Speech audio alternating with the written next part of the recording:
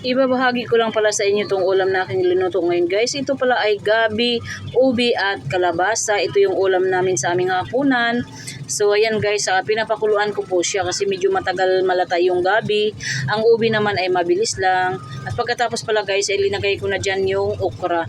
Medyo hinulog ko na yung okra kasi pangit naman siya pag sobrang lata naman siya kainin. Gusto ko pag kinain ko yung okra, kung sa Bisaya pa guys, kagumkum. Yung medyo malutong-lutong pa siya kainin ba. Yun kasi ang mas masarap kaysa lata talaga. So ayan, hinukay-hukay ko na yan dyan guys. Hinihintay ko lang naman na maluto ng okra dahil luto na po dyan ang kalabasa, ubi at gabi. So sino ba ang nakarelate nito guys? Yung mga mahilig lang siguro sa gulay no, na kagaya kong vegetarian. At ayan na nga guys, dito sa mga oras na to ay linagay ko na ang gata.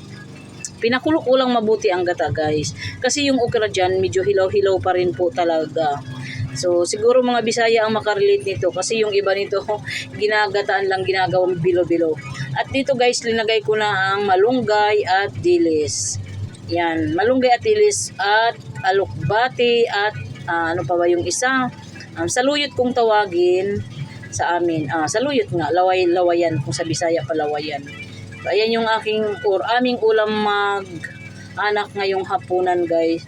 So sa ayang ulam na yan ay sarap na ko dyan no? Kasi nga po vegetarian ako at mahilig po talaga ako sa gulay. Yan. So yan po guys, maraming salamat sa inyong walang sawang suporta kay Florenda's Vlog. So kung wala kayo guys ay walang Florenda's Vlog.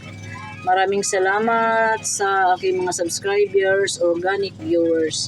Salamat po sa inyong lahat talaga.